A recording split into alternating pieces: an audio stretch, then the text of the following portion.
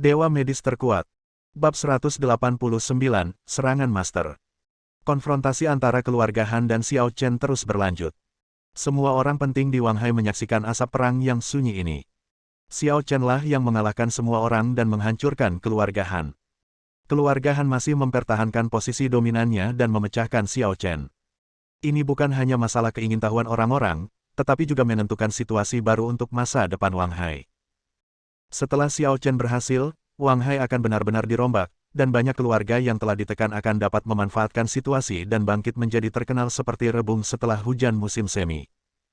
Tentu saja, jika Xiao Chen gagal, keluarga-keluarga yang awalnya menjaga keluarga Han bisa tidur nyenyak. Tidak peduli situasinya, ia memenuhi harapan banyak orang.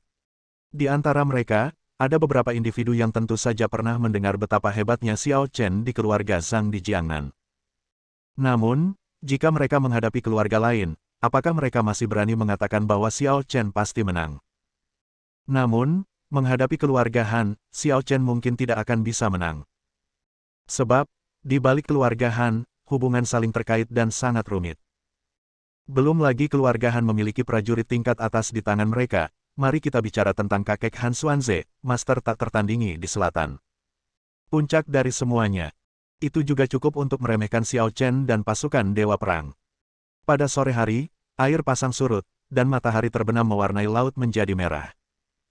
Sebuah helikopter pribadi perlahan terbang keluar dari garis pantai dan tiba di sebuah pulau terpencil di laut 300 mil jauhnya dari Wanghai.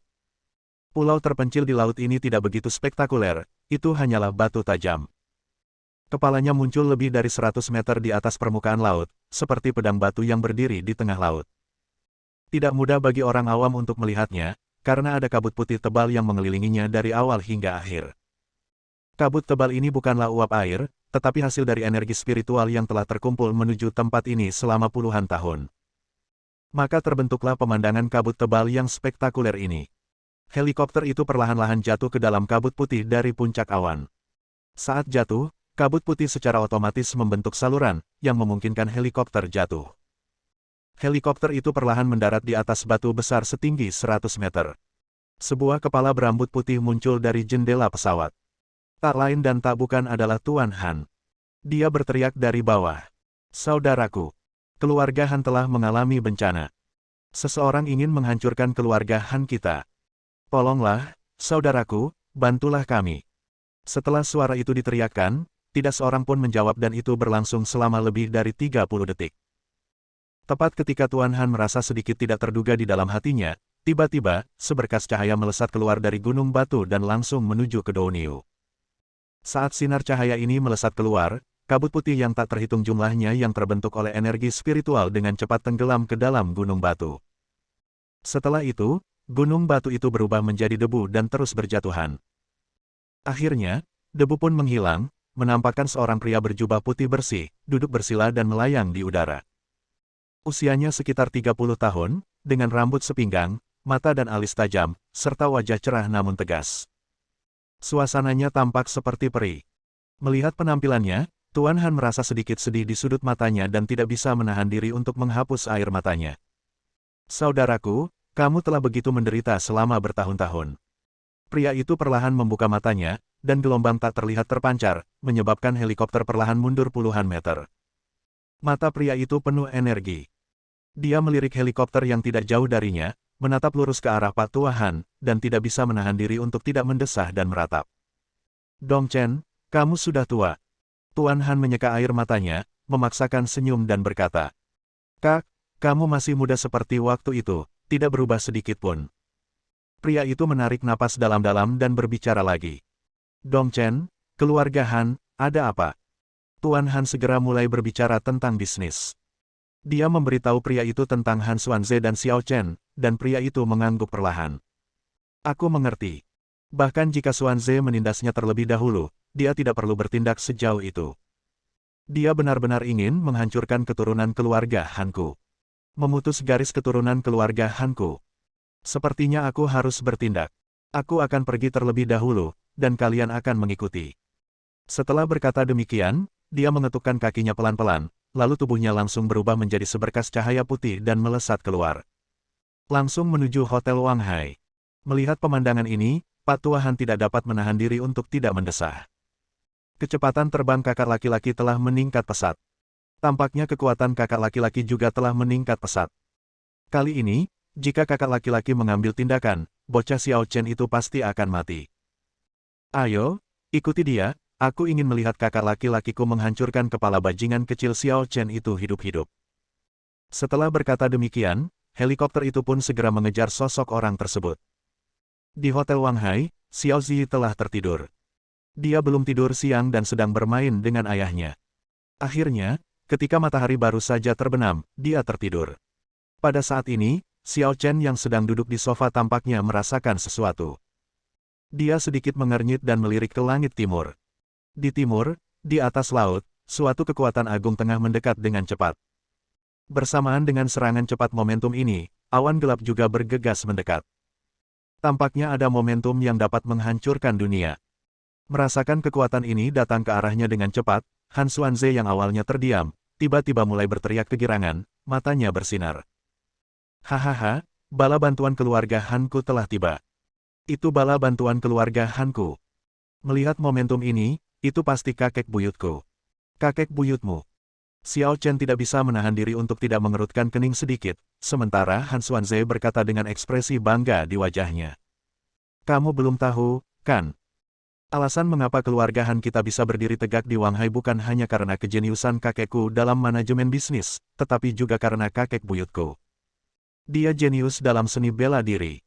Namanya tak terkalahkan di seluruh Wang Hai. Kekuatannya akan membuatmu tahu cara menulis kata gemetar. Ya, itu dia. Aku sudah bisa merasakan darahku membara. Itu kakek buyutku, pasti dia. Aku selamat.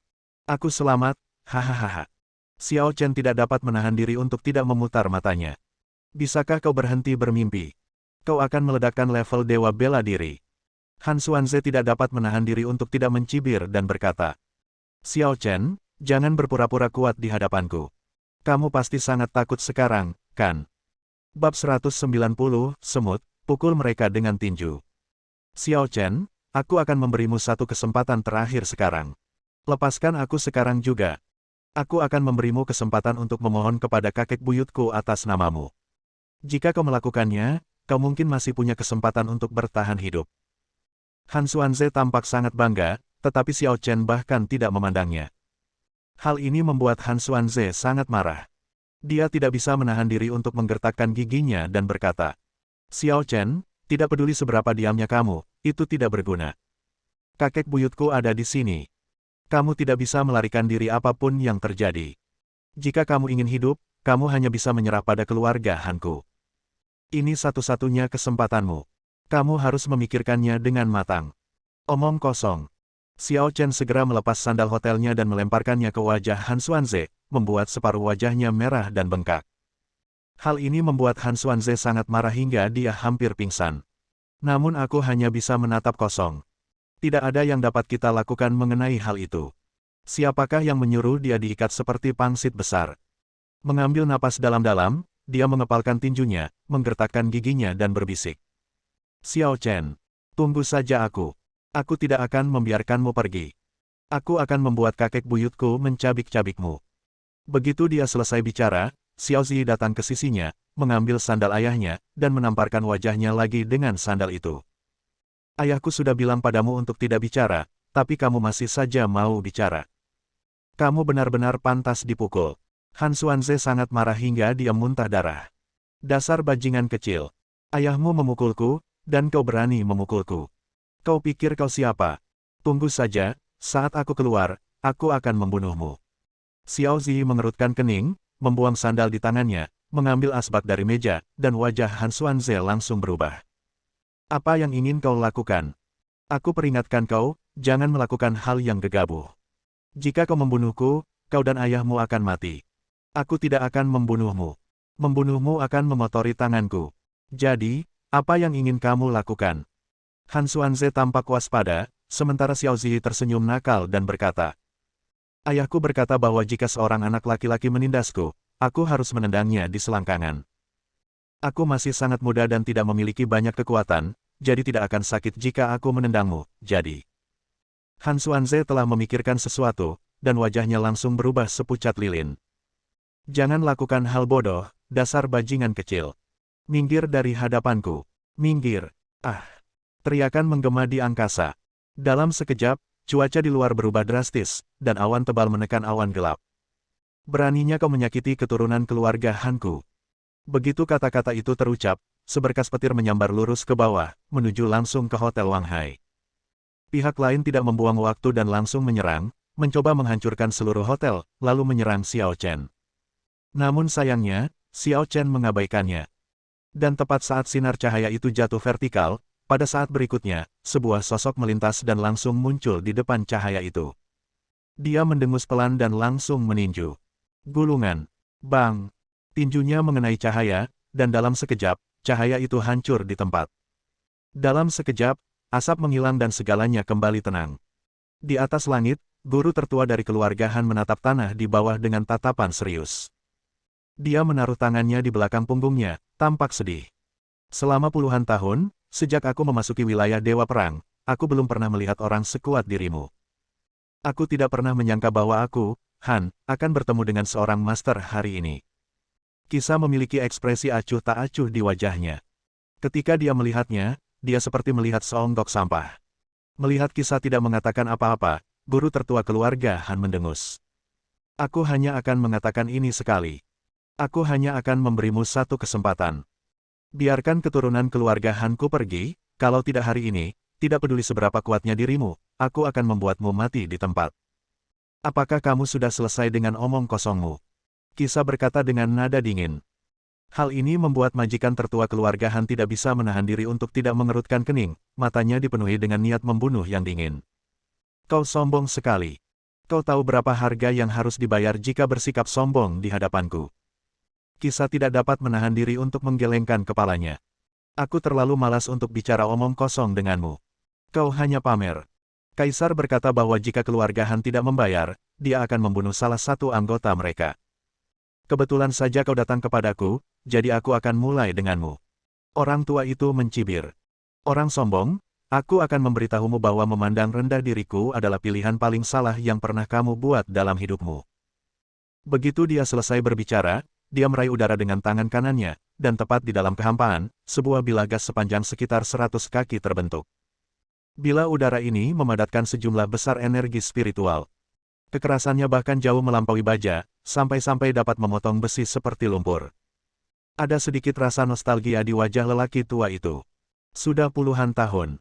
Aku tidak pernah menyangka akan memiliki kesempatan untuk menggunakan jurus ini lagi.